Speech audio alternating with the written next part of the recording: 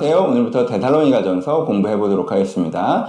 바울은 데살로니가 교회가 정말 좋은 교회였다라고 소개하고 칭찬하고 있습니다. 1장에 보면 믿음의 역사, 사랑의 수고, 소망이 있는 교회였다고 얘기해요. 이 세 가지가 다 정말 대단한 것이죠. 믿음의 역사, 예수 그리스도의 복음을 제대로 믿어서 영혼의 변화가 있고요. 삶의 변화가 있고요. 세상을 변화시켜 나가는 역사가 있는 교회였어요. 사랑의 수고, 말과 혀로만 사랑하는 것이 아니라 행함과 진실함으로 사랑한다. 보통은 자기 감정을 표현하는 걸 사랑이라고 얘기하는 사람도 있고, 말로만 이렇게 좋은 얘기 해준 걸 사랑이라고 얘기하지만, 이 사람들은 내가 힘든 불편을 감내하면서까지 상대의 유혹에서 움직이는 진짜 사랑, 참 사랑을 하는 교회였다라는 거예요. 그쵸? 세 번째, 소망이 있네.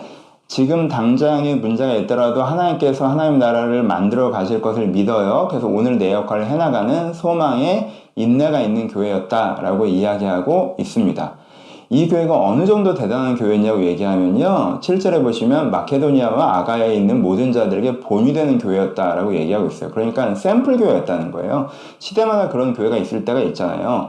모든 이 시대가 한국 교회가 바라볼 때 와, 저 교회가 정말 건강한 교회다. 사실 교회가 저렇게 돼야 되는데 저 교회는 어떻게 저런 모습이 됐지? 저 교회를 담고 배우고 싶다. 이런 교회가 그 당시에 마케도니아 아가야 지역에서는 데살로니가 교회였다는 거예요. 그래서 그들이 어떻게 하나님을 믿고 우상을 버리고 하나님을 섬겼는지 그 다른 교회들을 막 이야기하고 모델링하고 배우려고 하고 그런 대단한 교회였어요.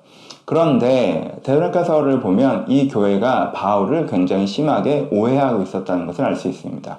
바울이 거기서 해명을 하고 있는데요. 3절에 보면 우리의 권면은 간사함이나 부정함에서 난 것이 아니고 속임수로 하는 것도 아니라 라고 얘기하고요. 5절에 보면 우리가 아무 때에도 아첨하는 말이나 탐심의 탈을 쓰지 아니한 것을 하나님이 증언하시느니라 라고 얘기하고요. 9절에 보면 너희 아무에게도 폐를 끼치지 아니하려고 밤낮을 일하면서 너희에게 하나님의 복음을 전하였노라 라고 해명을 합니다.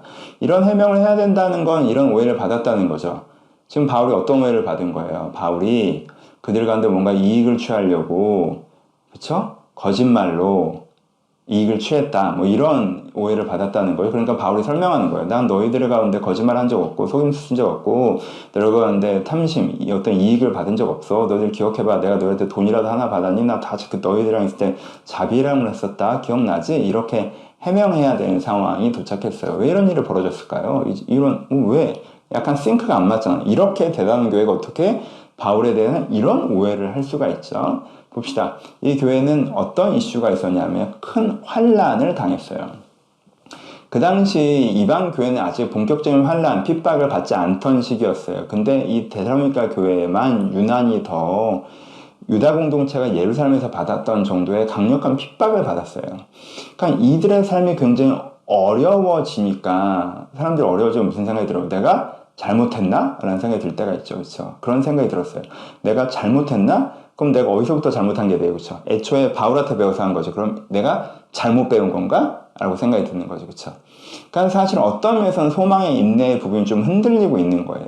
지금 당장 상황이 어려우니까. 바울이 이 부분에 대해서 그들을 격려하려고 이 데살로니가 편지를 쓰고 있습니다. 바울은 이들을 어떻게 격려합니까? 첫 번째, 1장에 맨 처음 했던 얘기.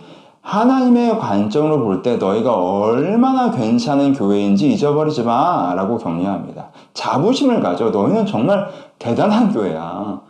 지금 상황적으로 어렵다고 환경적으로 힘들다고 너희가 별로라고 생각하면 안 돼. 무슨 생각을 하는 거야? 너희들은 정말 대단한 존재야. 이것을 기억하라고 바울이 첫 번째로 권면, 위로, 지지하고요. 또 하나, 그러니까 너희들 어떻게 하면 안 된다라는 얘기가 포함되는 거예요. 이 지금의 환란으로 인해서 너희들을 평가하지 마. 네가 바른 방향으로 가다가 어려움을 닥치는 건 하나님 앞에 오히려 자랑스러운 거지. 네가 어려움을 당했다고 해서 네가 부끄러운 거나 잘못했다는 뜻이 전혀 아니야. 그러니까 지금 환경이 어려운 걸로 말미암아 너를 평가절하 하거나 의소침하거나 너가 문제가 있다고 생각하지 마. 바로 이 관점을 이들 가운데 제시하고 있습니다. 오늘 이야기는 마무리하죠. 여러분 우리 가운데 이럴 때가 있죠? 내가 뭔가 잘 안 된다고 해서 잘못됐다고 생각할 때가 있습니다. 순적하다고 해서 잘하고 있다고 생각하고 순적하지 않다고 해서 잘못하고 있다고 생각할 때가 있어요.